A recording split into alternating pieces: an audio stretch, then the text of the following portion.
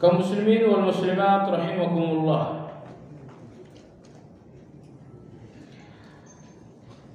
Kajian Madarijus Salikin pada hari ini insyaallah memasuki pembahasan mengenai 3 rahasia hakikat taubat pada halaman 285. Pada halaman 285. Sebelumnya kita telah selesai berbicara mengenai hakikat taubat. Pengertian dari hakikat taubat adalah kesungguhan dalam bertaubat. Karena tidak semua orang yang bertaubat berarti bersungguh-sungguh dalam taubat. Maka Imam Al-Harawi, begitupun Imam Ibnu Qayyim mengajak kita berbicara tentang kapan seseorang telah dinamakan bersungguh-sungguh dalam bertaubat. Kesungguhan dalam taubat karena 3 hal. Ini pelajaran yang berlalu. Pertama adalah ta'zimul jinayah. Setiap orang-orang yang punya kesungguhan dalam bertaubat selalu memandang semua dosa itu besar. Orang-orang yang sungguh-sungguh dalam taubat tidak pernah melihat dosa kecil. Ibnu Qayyim memberikan 3 alasan kenapa orang-orang yang telah sungguh-sungguh bertaubat tidak lagi melihat ada dosa yang kecil. Pertama, karena mereka menghubungkan dosa dengan Allah yang mereka lawan dengan dosa tersebut. Setiap dosa, sekecil apapun, perlawanan dengan Allah. Nah, ketika dosa ini dihubungkan dengan Allah, maka mereka tidak melihat lagi dosa yang kecil. Kesalahan hubungannya dengan yang kecil tentu kecil. Tapi kesalahan yang berhubungan dengan yang maha besar itu besar. Nomor 2, orang-orang yang bersungguh-sungguh dalam taubat tidak melihat ada dosa kecil karena mereka menghubungkan dosa dengan hukuman dan azab. Ini dosa berarti berhubungan dengan azab. Maka mereka tidak lagi melihat ada dosa yang kecil. Jadi orang-orang yang hanya melihat dosa terpisah dari azab akan melihat dosa-dosa mereka kecil. Dan yang ketiga, satu dosa walaupun kecil tapi akan tampak besar dalam pandangan orang-orang yang sungguh-sungguh dalam bertaubat. Nomor 3, disebabkan karena mengagungkan larangan dan perintah. Dosa Anda ini pelanggaran terhadap perintah, yaitu ayat. Dosa Anda ini pelanggaran terhadap larangan, yaitu ayat. Coba Anda lihat bagaimana ayat ini Anda langgar. Mereka mengagungkan ayat sehingga mereka membesarkan pelanggaran terhadap ayat.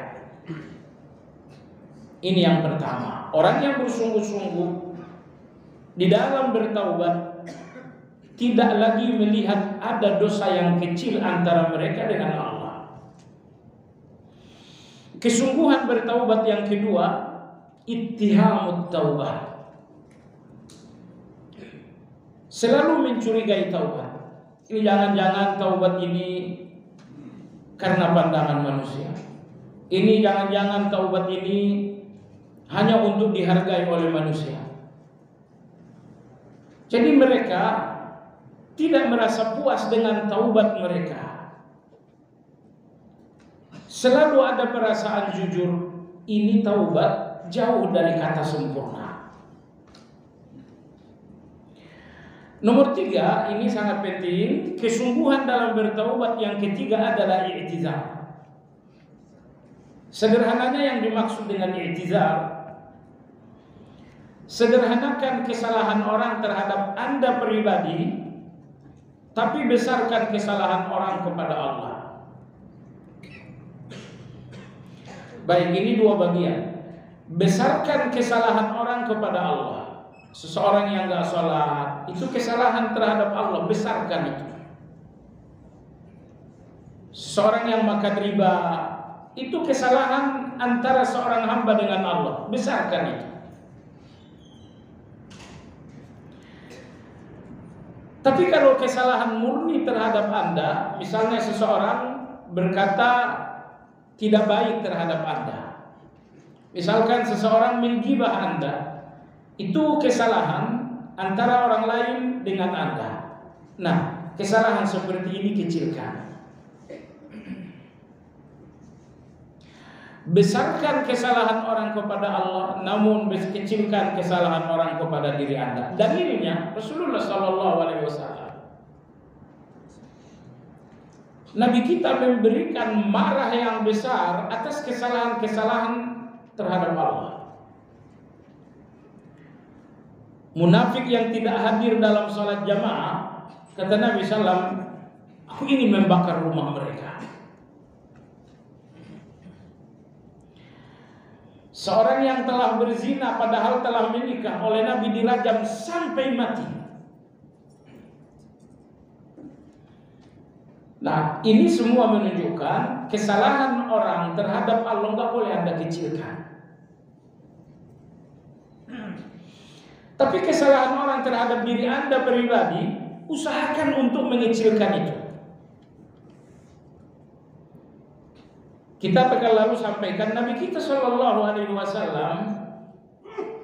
pernah diperlakukan kasar oleh seorang badui tanpa ada celaan sedikit pun dari Nabi SAW.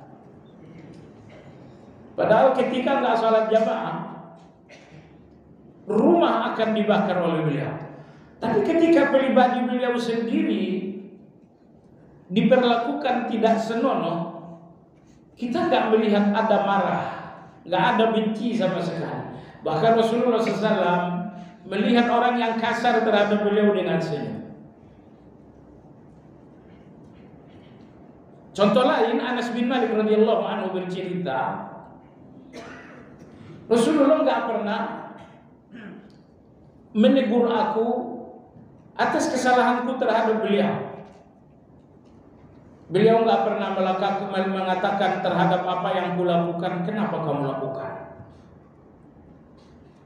Beliau pun tidak pernah menegur atas apa yang tidak aku lakukan, kenapa kamu tidak lakukan. Harusnya aku lakukan dan aku tak melakukan. Nabi nggak katakan, kok kamu nggak pernah. Kenapa demikian? Karena Nabi kita nggak pernah membesarkan kesalahan orang terhadap dirinya. Beliau selalu mengecilkan kesalahan orang terhadap dirinya, tapi beliau sangat membesarkan kesalahan orang terhadap Allah. Anda masih ingat pekan lalu kita sampaikan bagaimana Nabi Shallallahu Alaihi Wasallam membesarkan kesalahan manusia kepada Allah? Jawabannya karena dalam diri beliau ada ghirah, ada kecemburuan kepada Allah Azza wa Jalla. Minggu lalu ini ulangan saja, cemburu itu ada dua, ghiratun lahu, dan yang kedua adalah ghiratun alaihi. Ghiratun lahu ketika Anda tidak terima, ketika Anda tidak terima segala kesalahan orang kepada Allah. Ibarat istri Anda diperlakukan tak senonoh orang-orang lain, cemburu Anda akan terbakar, Anda marah, Anda memukul, mungkin Anda juga membunuh. Ini namanya ghiratun lahu, cemburu yang terbakar karena Anda nggak terima perlakuan buruk orang lain kepada Allah. Allah perintahkan salat, ternyata fulan tak mau. Anda nggak terima pembangkangan ini kepada Allah. Adapun ghiratun alaihi, kecemburuan yang terbakar karena Anda nggak terima ada orang lain yang lebih baik dari Anda dalam pandangan Allah. Anda duduk berdampingan dengan seorang kawan, Anda baca satu halaman Al-Quran, ternyata kawan sudah menyelesaikan 2 halaman. Anda nggak terima orang ini lebih baik dalam pandangan Allah dibandingkan Anda. Maka Anda baca 3 halaman. Ternyata kawan Anda membaca 5 halaman. Cemburu Anda pun terbakar. Pokoknya orang ini tidak boleh lebih baik dalam pandangan Allah dibandingkan saya. Akhirnya Anda baca lagi 10 halaman. Ini namanya ghiratun alaihi. Hari ini pada halaman 285, insya Allah kita akan melanjutkan pembahasan mengenai 3 rahasia dalam hakikat taubat. Dinamakan rahasia karena rata-rata orang nggak sadar. Jadi bukan rahasia karena disembunyikan, tapi karena tersembunyi. Jadi 3 hal yang beliau sampaikan ini beliau sebut namanya dengan lataif, yang artinya rahasia, karena rata-rata orang tidak sadar tentang 3 hal ini. Rahasia pertama adalah tamyizut taqiyati minal izzah. Bedakan antara taqiyah dengan izzah. Rahasia yang kedua adalah nisyanul jinayah. Usahakan melupakan dosa. Rahasia yang ketiga adalah wat-taubatu minat taubah.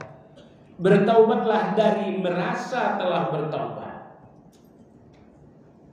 Ini 3 rahasia tersebut. Baik, kita pelajari satu persatu di buku pada halaman 285 di bawah, membedakan taqiyah. Apa yang dimaksud dengan taqiyah? Apa yang dimaksud dengan izzah? Yang dimaksud dengan taqiyah bahwa Anda menjalankan satu perintah semata-mata karena ketakwaan Anda kepada Allah. Jadi taqiyah di sini bukan taqiyah dalam bahasa orang-orang Syiah. Taqiyah maksudnya takwa. Kalau orang-orang Syiah menyebut taqiyah artinya pura-pura. Pura-pura ahli sunnah itu namanya taqiyah. Pura-pura cinta dengan Abu Bakar itu namanya taqiyah dalam bahasa mereka. Adapun taqiyah dalam bahasa Imam Al-Harawi dan Ibnu Qayyim maksudnya adalah ketakwaan. Apa yang dimaksud dengan izzah? Yang dimaksud dengan izzah adalah kehormatan. Jadi kata Imam Ibnu Qayyim rahimahullah, bedakan antara taqiyah dengan izzah, maksudnya adalah pastikan bahwa taubat Anda semata-mata karena taqiyah, bukan karena izzah. Saya bertaubat murni ketakwaan kepada Allah, bukan untuk kehormatan diri. Terlalu lama saya hina dalam dosa ini, saya perlu membangun harga diri dan kehormatan, makanya saya bertaubat. Taubat Anda untuk kehormatan Anda itu namanya taubat untuk izzah. Tapi kalau Anda berpikir, begitu lama saya melawan Allah dengan dosa-dosa, saatnya saya kembali kepada Allah, taat, loyal, tidak lagi membangkang. Kalau taubat Anda semata-mata karena Anda ingin kembali kepada Allah, ini taubat karena taqiyah, karena ketakwaan. Maka Imam Ibnu Qayyim rahimahullah, begitupun Imam Al-Harawi mengatakan, kadang-kadang seringkali orang-orang yang bertaubat, taubatnya bukan untuk taqiyah alias ketakwaan, namun taubatnya adalah untuk izzah, yaitu kehormatan diri. Di usia seperti ini saya berdosa, saya tidak dihormati orang. Maka dia bertaubat untuk izzah, untuk kehormatan diri, bukan untuk taqiyah, yaitu ketakwaan kepada Allah Azza wa Jalla. Perhatikan keterangan Imam Ibnu Qayyim, yakni bertaubat semata-mata karena ketaatan kepada Allah, bukan untuk mencari kemuliaan diri, meski ia akan mendapatkannya secara pasti. Di dalam taubat, Anda pasti akan dapatkan kemuliaan. Tetapi jemaah sekalian, kemuliaan diri Anda dalam taubat bukan tujuan dari taubat.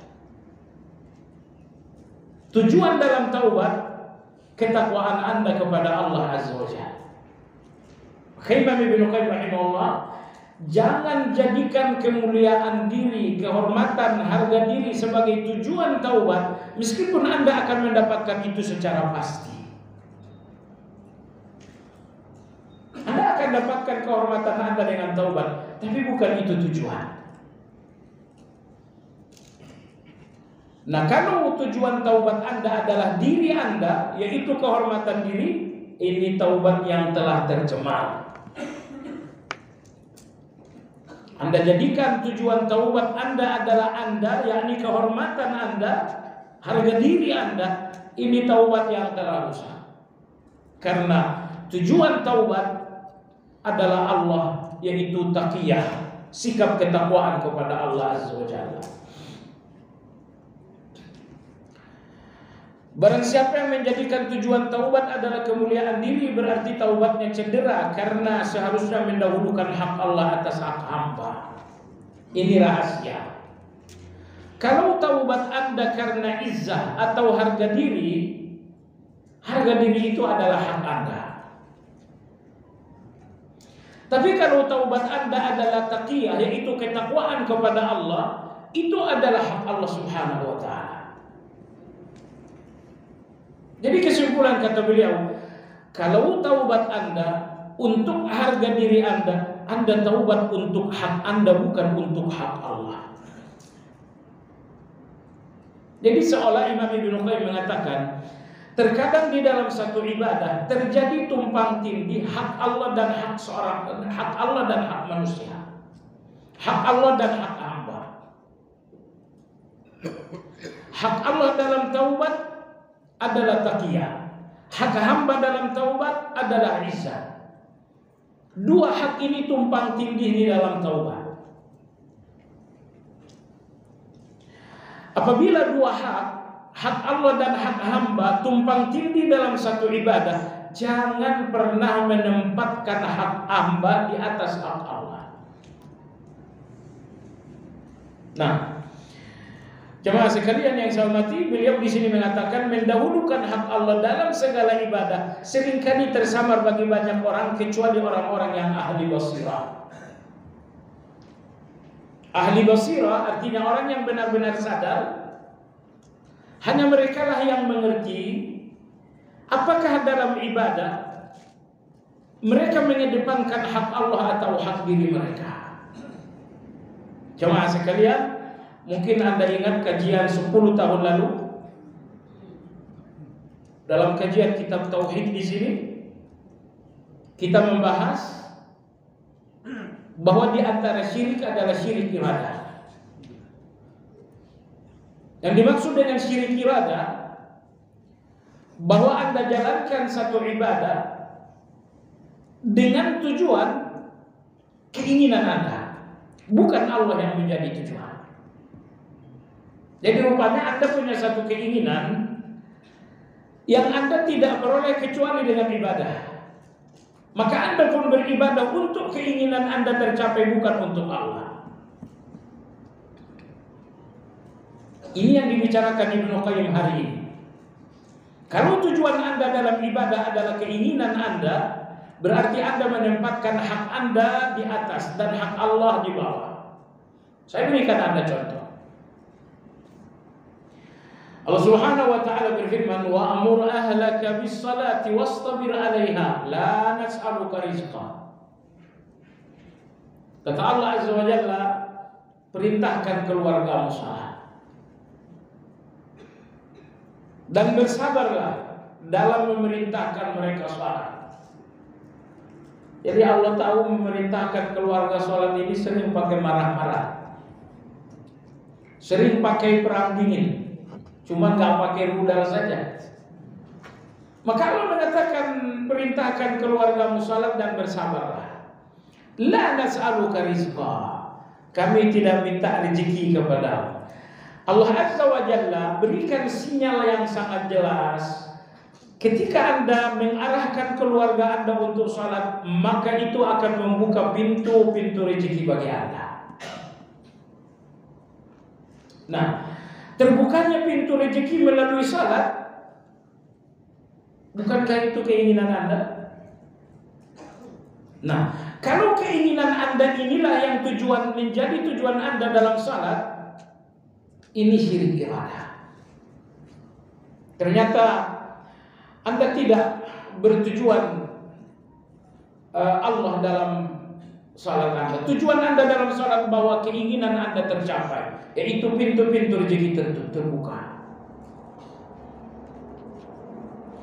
Dalam banyak ibadah kita sering melakukan hal seperti ini. Anda misalnya melakukan sedekah. Tujuan sedekah pertama mendapatkan keridhaan Allah. Tujuan sedekah yang kedua agar harta kekayaan Anda makin bertambah. Jadi tumpang tindih tujuan ini mana nomor satu? Kalau supaya kekayaan Anda semakin bertambah, itu motif Anda bersedekah, berarti Anda menempatkan hak Anda lebih tinggi daripada hak Allah. Tujuan saya sedekah, harta saya bertambah. Tujuan kedua supaya diridhoi oleh Allah.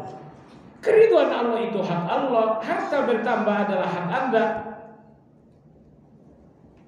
Maka Imam Ibnu Qayyim rahimahullah mengatakan, hanya orang-orang yang ahli basirah, hanya orang yang benar-benar sadar saja yang melihat bahwa salat mereka, bahwa ibadah mereka tercederai dengan hal seperti ini.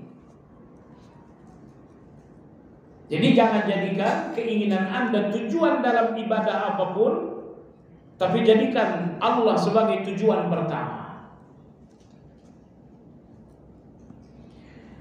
Semisal berdoa. Berdoa ini adalah ibadah. Tujuan utama berdoa adalah karena doa ibadah. Kenapa kamu berdoa? Saya berdoa karena ini ibadah saya kepada Allah. Kalau sampai tujuan pertama Anda dalam doa adalah untuk mendapatkan uang, Anda berdoa, tujuan kamu apa? Tujuan nomor satu dapat uang. Tujuan ibadah nomor dua. Ini artinya Anda menempatkan hak Anda di atas hak Allah. Konsekuensinya sangat buruk. 3 hari, 4 hari Allah nggak memberikan uang keinginan Anda itu, ternyata Anda benar-benar berhenti berdoa. Sekiranya Anda berdoa untuk Allah menjadi tujuan, sampai mati Anda nggak akan berhenti berdoa. Tapi ketika doa Anda tujuannya adalah keinginan Anda, keinginan tercapai Anda berdoa, atau keinginan belum diberikan oleh Allah, Anda pun akan berhenti dengan putus asa. Nah, ini mohon perhatian kita terhadap bagian akhir dari pernyataan Ibnu Qayyim, bahwa di setiap ibadah terdapat tumpang tindih antara hak Allah dengan hak manusia. Nah, dalam tumpang tindih hak ini, kata Imam Ibnu Qayyim, jangan sampai hak Allah nomor 2 dan hak Anda nomor 1. Apa hukumnya? Ini yang dalam ilmu akidah dinamakan dengan syirik iradah. Iradah itu keinginan, syirik iradah artinya syirik keinginan. Maksudnya apa? Syirik itu tidak terjadi dalam perilaku seperti sujud. Syirik itu pun tidak terjadi dalam ucapan. Tapi syirik itu terjadi dalam keinginan, bahwa Anda lebih menginginkan selain Allah dibandingkan Allah. Ibarat seorang kawan balik dari luar negeri dan Anda pergi menjemput ke bandara. Syirik iradah itu bahwa Anda menjemput untuk dapat oleh-oleh, bukan untuk ketemu yang punya oleh-oleh. Itu syirik iradah. Anda nggak menginginkan orang yang Anda inginkan. oleh-olehnya. Semacam itulah analogi dari syirik iradah ini. Masya Allah, banyak betul orang yang kenal dengan mobil mewah orang lain tapi nggak tahu orangnya. Kamu tahu fulan? Nggak tahu saya. Yang naik mobil A, oh itu saya tahu. Jadi kalau orangnya ditanya dia nggak tahu, tapi kalau ditanya mobilnya dia tahu. Baik jemaah sekalian, ini yang terakhir ini hati-hati. Karena nomor terakhir ini, makanya ini dinamakan dengan rahasia. Karena tidak banyak yang sadar. Yang menyadari hal ini hanya sekelompok orang. Bahasa Ibnu Qayyim, mereka adalah orang-orang ahli basirah. Ahli basirah, orang yang tidak memandang dengan sekedar pandangan mata kepala, tapi mereka memandang dengan hati yang paling dalam. Artinya ahli basirah ini adalah orang-orang yang memiliki kesadaran tinggi. Baik jemaah sekalian yang saya hormati, ini rahasia pertama. Yaitu tempatkanlah taqiyah sebagai tujuan, bukan izzah. Jadikan ketakwaan sebagai tujuan taubat, bukan kehormatan diri. Dalam segala hal, tidak boleh keinginan Anda nomor satu dan Allah nomor dua. Rahasia yang kedua, pada halaman 286, saya lihat di buku kurang bagus. Harusnya taruh di alinea tersendiri, tapi tidak. Anda lihat di buku, sedangkan tentang melupakan kejahatan.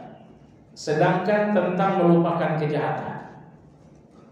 Maka di postingan insya Allah lebih jelas. Tentang melupakan dosa, sebagian berpandangan agar tidak sibuk mengenang dosa karena menyibukkan waktu dengan aneka ibadah lebih utama. Jadi maksudnya begini. Setelah saya dan Anda bertaubat, perlukah saya mengenang-enang dosa ini? Beliau mengatakan, usahakan melupakan dosa yang berlalu. Kenapa demikian? Setelah Anda meninggalkan dosa, maka mengingat-ingat dosa bukan hal yang baik lagi dengan dua alasan. Alasan yang pertama, bukankah Anda telah sampai di atas jalan ibadah? Salat Anda udah bagus, tilawah Anda udah bagus, zikir pagi petang Anda udah bagus. Di dalam situasi ibadah yang mestinya tumbuh di dalam hati adalah cinta kepada Allah. Di dalam salat muncul cinta kepada Allah dalam tilawah, cinta kepada Allah zikir, cinta kepada Allah. Nah, apabila seseorang berlama-lama mengenang dosa, maka cinta kepada Allah ini dikhawatirkan akan terkurangi. Jadi cinta kepada Allah akan terkurangi dengan bayangan-bayangan dosa. Karena bayangan dosa membuat Anda takut. Bayangan dosa membuat Anda takut. Sementara dalam ibadah Anda membutuhkan cinta. Nah, Anda butuh cinta dalam ibadah, dan cinta ini akan terpengaruh dengan takut Anda terhadap dosa. Maka oleh sebab itulah beliau mengatakan, kalau telah istiqamah di atas ibadah, tumbuhkan cinta dalam ibadah. Dan jangan lemahkan cinta Anda kepada Allah dalam ibadah dengan selalu mengenang-enang ketakutan Anda, yaitu dosa. Ini sebagian ulama mengatakan demikian. Penyebab kedua, jangan mengenang-enang dosa. Karena mengenang dosa kadang-kadang ditunggangi oleh setan, sehingga Anda kembali menikmatinya lagi. Ingat gak 20-30 tahun lalu, 40 tahun lalu deh ketika Anda cinta monyet. Begitu Anda ingat, ada bagian-bagian tertentu yang membuat Anda tertawa. Ada bagian-bagian dosa bahkan yang masih Anda nikmati. Ini yang gak boleh terjadi. Agar dosa yang berlalu tidak lagi hadir dalam bayangan untuk kemudian Anda mendapatkan bagian-bagian kenikmatan lagi, maka tinggalkan dia. Ini pandangan sebagian ulama. Ibnu Qayyim dalam hal ini menyebutkan dua pandangan. Pandangan pertama, jangan ingat-ingat dosa kalau sudah bertaubat. Karena mengingat dosa setelah bertaubat, akibat buruknya ada dua. Pertama, mengingat-ingat dosa mungkin membuat Anda akan menikmatinya kembali. Yang kedua, mengingat-ingat dosa membuat Anda takut, dan takut terhadap dosa itu dikhawatirkan mengurangi cinta Anda kepada Allah dalam ibadah. Dalam agama kita jemaah sekalian ada keseimbangan, harus ada keseimbangan antara cinta dan harap. Cinta, harap dan takut. Gak boleh dipisah. Ada saatnya kita cinta, ada saatnya takut, ada saatnya kita berharap. Imam Ibnu Qayyim rahimahullah dalam kitab Ibudiyah beliau mengatakan, orang-orang tasawuf yang ekstrim, mereka mengabaikan harapan dan takut, sehingga ahli-ahli tasawuf ini dalam hati mereka hanya ada satu, cinta Allah, rindu Allah, sayang Allah, kasmaran dengan Allah. Dalam hati mereka hanya ada cinta, gak ada dalam hati mereka takut.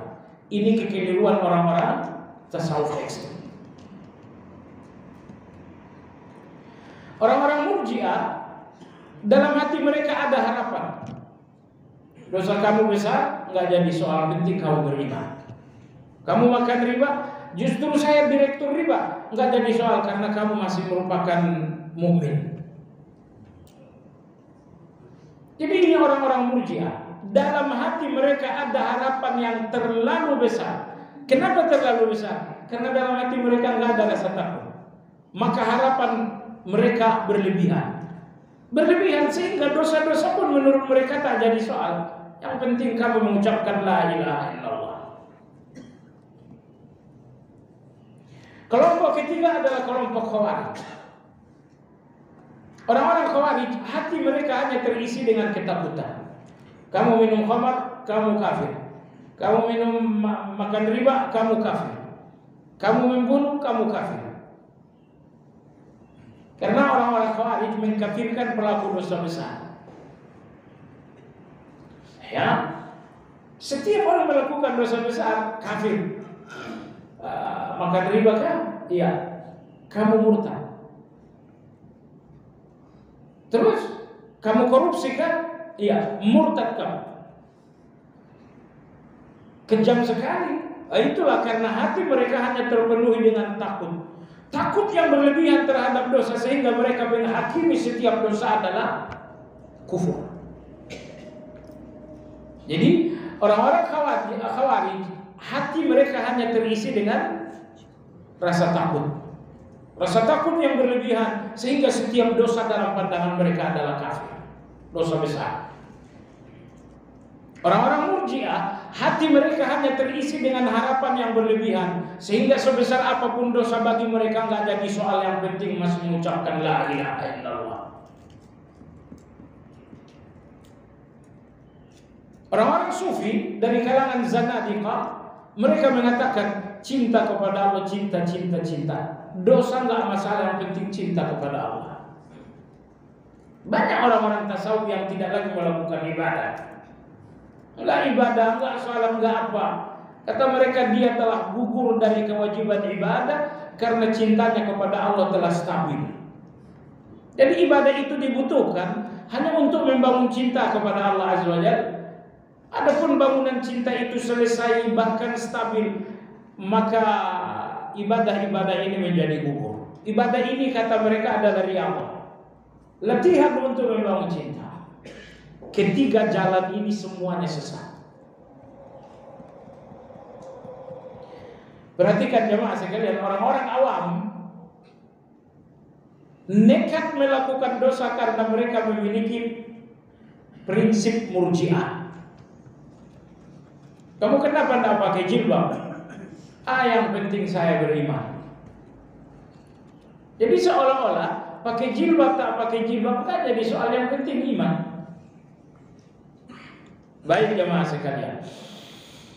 Nah, jadi ahli sunnah wal jamaah datang untuk menggabungkan ini semua. Ada saatnya cinta dominan, ada saatnya takut dominan, ada saatnya harap lebih dominan. Jadi 3 hal ini semuanya kondisional. Dalam kondisi tertentu cinta ini harus lebih besar. Dalam kondisi tertentu raja, harapan harus lebih dominan. Tapi dalam kondisi tertentu rasa takut harus lebih dominan. Maksudnya, kalau dalam hati Anda ada ingin berdosa, maka yang mesti Anda dominankan apa itu? Dalam hati ini ada keinginan berdosa. Lihat gambar-gambar dulu. Gambar-gambar yang nggak benar. Anda buka handphone, ada keinginan melihat. Dalam keadaan hati punya keinginan dosa, dalam kondisi seperti ini besarkan rasa takut. Karena rasa takut, kata ulama kita, rasa takut membakar keinginan dosa. Keinginan-keinginan berdosa ini akan terbakar dengan rasa takut. Baik. Nomor 2, ketika Anda bertaubat, ketika Anda berdoa, ketika Anda bertawakal, apa yang mestinya Anda besarkan dalam hal ini? Ya? Ketika Anda taubat, Anda berdoa, Anda tawakal, besarkan harapan. Jangan lagi dalam keadaan berdoa muncul rasa takut, tapi di dalam doa besarkan harapan Anda kepada Allah. Nomor 3, ketika Anda sedang ibadah, besarkan cinta. Maka arti dasar dari ibadah adalah cinta dalam ketundukan. Itulah arti dari ibadah. Apa arti ibadah? Cinta dalam ketundukan. Cinta tanpa tunduk bukan ibadah, tunduk tanpa cinta bukan ibadah. Tapi cinta Anda dalam ketundukan Anda itu yang dinamakan dengan ibadah. Oleh sebab itu jemaah sekalian, komponen terpenting dalam ibadah adalah cinta. Munafik salat mereka tidak diterima oleh Allah. Karena salat mereka bukan salat cinta. Wa idza qamu ila sholati qamu kusala. Munafik kalau salat dengan rasa malas yang sangat luar biasa. Mereka tidak salat dengan cinta. Yuraunan nas, mereka salat untuk pandangan manusia, bukan karena cinta. Sahur, mereka menunda-nunda salat karena mereka tidak salat dengan cinta. Baik jemaah sekalian, jadi 3 hal ini seimbangkan. Ada kondisi tertentu cinta harus ditonjolkan, yaitu ketika Anda sedang ibadah. Kondisi tertentu harapan harus menonjol ketika Anda tawakal, Anda doa, ataupun Anda sedang bertaubat. Yang terakhir ada kondisi di mana rasa takut ditonjolkan, yaitu ketika Anda ingin berbuat dosa. Anda gak punya rem atas keinginan dosa Anda kecuali rasa takut. Mau lihat macam-macam dengan handphone, gimana kalau lihat handphone nanti tiba-tiba mati? Padahal lagi enak-enaknya nonton film yang gak benar, tiba-tiba mati. Memalukan sekali. Muncul rasa takut dan Anda pun akhirnya gak berani. Nah, baik jamaah sekalian yang saya hormati, seseorang yang akan wafat, mana yang lebih utama? Cinta, takut, dan harap? Mana yang lebih utama? Jawabannya lebih utama harap. Tapi dengan sedikit rasa takut. Saya takut dengan dosa, tapi saya sangat berharap dengan ampunan Allah. Baik jemaah sekalian yang saya hormati. Jadi sebagian ulama mengatakan kalau sudah bertaubat lupakan dosa. Sebagian ulama lain mengatakan walau telah bertaubat jangan lupa dengan dosa. Ini pendapat yang kedua. Kenapa? Kata mereka adalah senantiasa menjadikan dosa di depan mata sehingga selalu merendah dan merasa hina. Jangan lupa dengan dosa agar Anda selalu merasa hina. Sehingga sebagian ulama mengatakan apabila perjalanan taubat telah tersesat maka kembalilah menyadari dosa. Kalau perjalanan taubat Anda ini sudah tersesat, di depan mata kita kan banyak perjalanan taubat yang tersesat. si fulan hijrah, tapi kita lihat perjalanan hijrahnya tersesat. Banyak sekali, tapi tidak boleh sebut nama. Kita butuhkan ini hanya untuk diri kita, bukan untuk menvonis mereka. Yang penting jaga diri Anda. Karena jemaah sekalian yang saya hormati, saat ini, detik ini, dalam pandangan Allah Anda ini orang baik atau tidak, itu yang terpenting bagi kita. Jadi banyak perjalanan hijrah yang tersesat. Maka ulama kita mengatakan, kalau perjalanan taubat telah tersesat, maka ingat-ingat lagi dosa. Ada seorang penyanyi lah, saya katakan bukan di Indonesia, anak enggak sebutkan negaranya. Dia sudah bertaubat, bertahun-tahun meninggalkan dunia nyanyi. Dia pun sudah berjenggot, sudah mulai ikut dalam aktivitas-aktivitas dakwah. Tapi belakangan kembali lagi dia mendendangkan lagu lama, tapi dengan mengubah sedikit-sedikit. Kau yang kucinta dirubah, ya Allah, aku cinta padamu. Jadi musiknya tetap, cuma liriknya kalau tadinya engkau diganti dengan Allah. Ini perjalanan taubat sudah tersesat. Maka ulama kita mengatakan, kembali ingat dosa masa lalu, supaya perjalanan sesat ini mengembalikan Anda pada rel. Nah, yang betul kata Imam Ibnu Qayyim, ya, yang betul kata beliau pada halaman 287, beliau mengatakan, yang lebih tepat dalam hal ini, apabila konsentrasi dengan Allah telah membuat ujub dan lupa dengan nikmat taubat, maka mengingat dosa lebih utama. Kadang-kadang setelah hijrah, kita berbangga diri dengan hijrah itu. Kita ujub dengan hijrah itu, kita takabur dengan hijrah itu, seolah-olah Anda sudah sampai kepada surga. Kata Imam Ibnu Qayyim, apabila taubat membuat seseorang ujub, saat seperti ini dia perlu untuk mengingat dosa, untuk mematahkan dan menghancurkan ujub tersebut. Namun kata Imam Ibnu, adapun seseorang yang senantiasa menyadari nikmat taubat, senantiasa menyadari rasa butuh terhadap Allah, bahwa dia tidak mungkin terlepas dari Allah, hatinya telah tercampur dengan cinta, akrab dan rindu kepada Allah, sinar asmaul husna dan sifat Allah telah terpancar dalam jiwanya, maka melupakan dosa lebih utama. Jadi kesimpulan, setelah bertaubat ingat dosa atau tidak, kata Ibnu Qayyim, tergantung.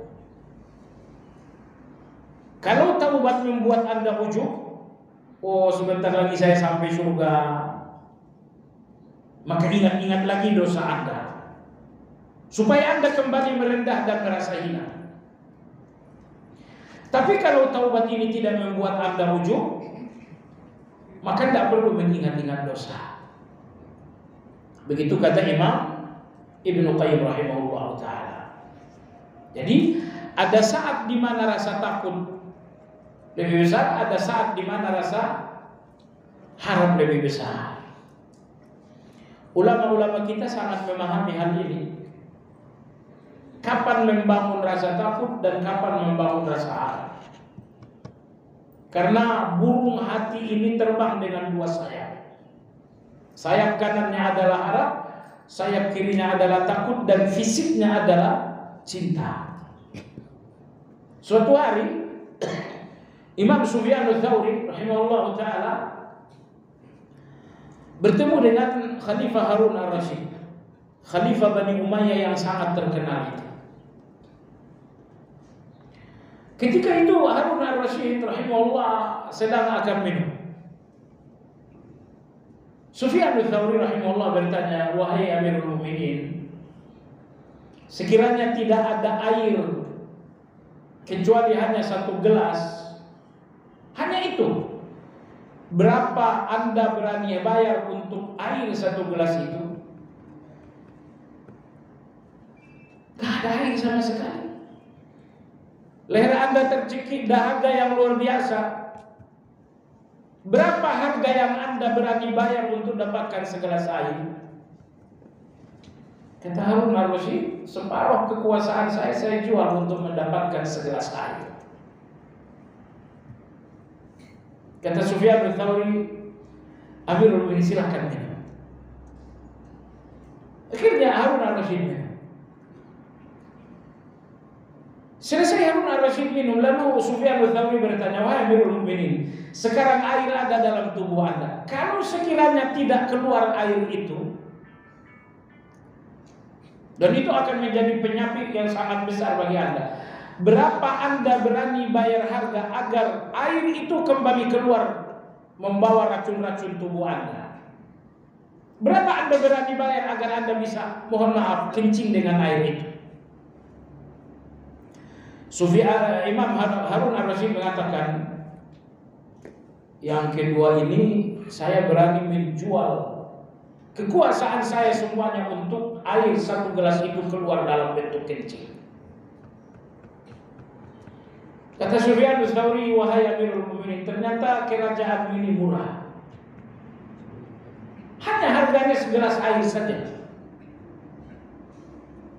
Jadi Anda bangga dengan kekuasaan ini, ternyata hakikatnya kekuasaan Anda sangat murah. Hanya segelas air minum ciptaan Allah, hanya itu harga dari kekuasaan Anda. Mendengarkan kesimpulan ini, Harun Ar-Rasyid kemudian menangis, dia takut. Nah, di sini muncul rasa takut Harun Ar-Rasyid.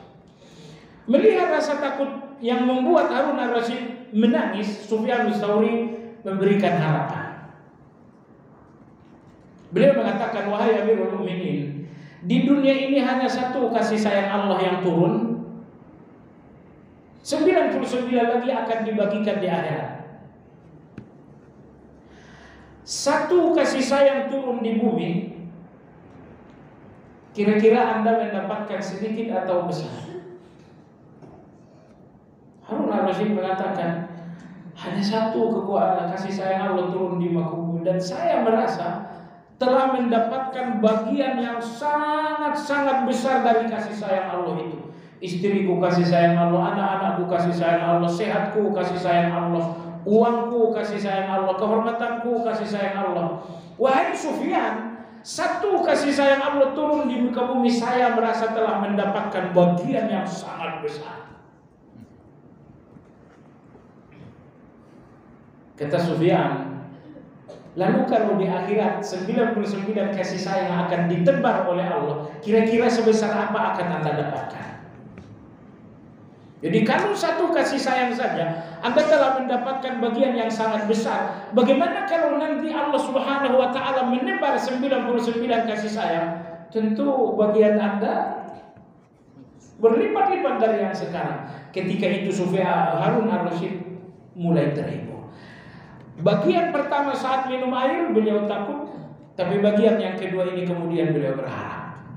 Jadi ini kecerdasan Imam Sufyan Ats-Tsauri, bahwa saatnya kita perlu memberikan ketakutan, tapi saatnya juga ketakutan itu harus disederhanakan lagi dengan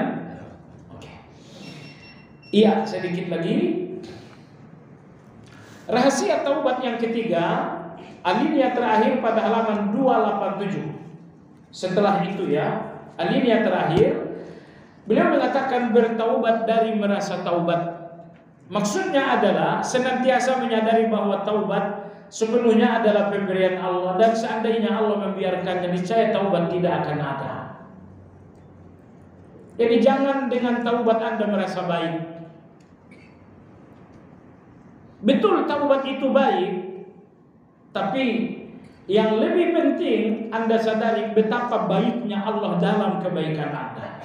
Saya kira entah di mana saya pernah sampaikan, di sini atau di tempat lain, dalam satu ketaatan Anda terdapat kebaikan Allah sebanyak 7.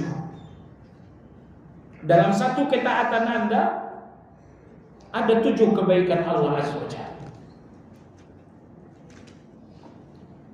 Maka orang-orang yang tidak ahli basirah, mereka melihat kebaikan mereka dan mereka nggak sadar dengan 7 kebaikan Allah.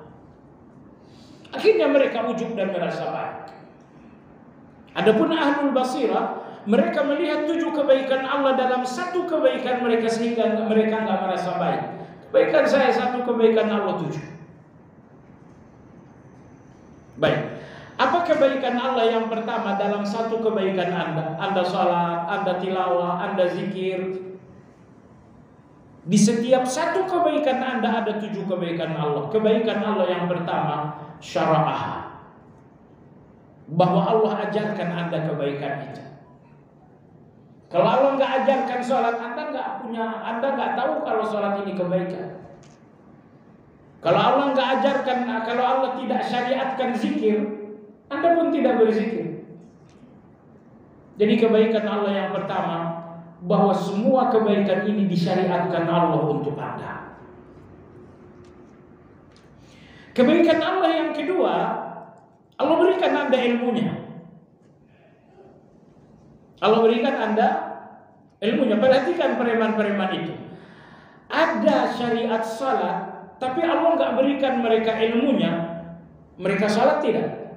Mereka nggak salat. Padahal syariat salat telah sampai, namun Allah nggak berikan mereka ilmunya sehingga mereka nggak salat.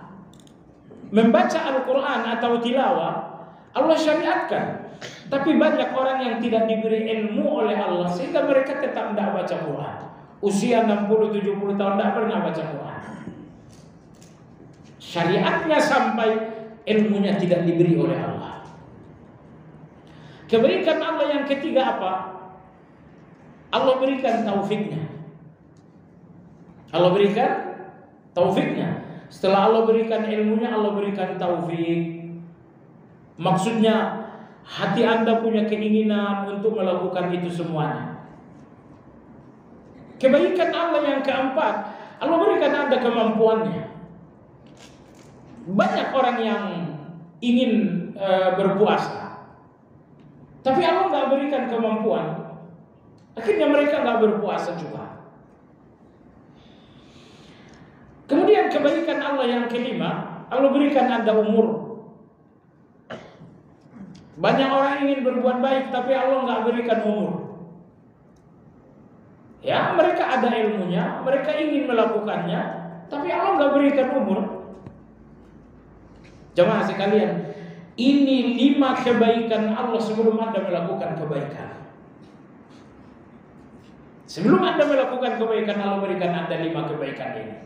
Baik, setelah Anda melakukan kebaikan, Allah berikan Anda 2 kebaikan lagi. Yang pertama, kebaikan Anda diterima oleh Allah. Yang kedua, pahalanya dilipat gandakan. Allah nggak menerima dan titik, tapi Allah terima lalu dilipat gandakan. Jadi 5 kebaikan Allah sebelum Anda melakukan kebaikan, dan 2 kebaikan Allah setelah Anda melakukan kebaikan. Maka rahasia atau hakikat taubat yang terakhir kata Ibnu Qayyim, bertaubatlah dari merasa taubat. Artinya setelah bertaubat, Anda jangan melihat taubat Anda telah sempurna. Merasa taubat adalah ujub. Kamu preman, oh enggak, saya sekarang udah taubat. Sering rasa taubat ini membuat seseorang ujub. Maka beliau mengatakan, bertaubatlah dari rasa taubat yang membuat ujub. Waliyahudillah. Baik jemaah sekalian, sampai di sini kajian kita hari ini. Semoga bermanfaat.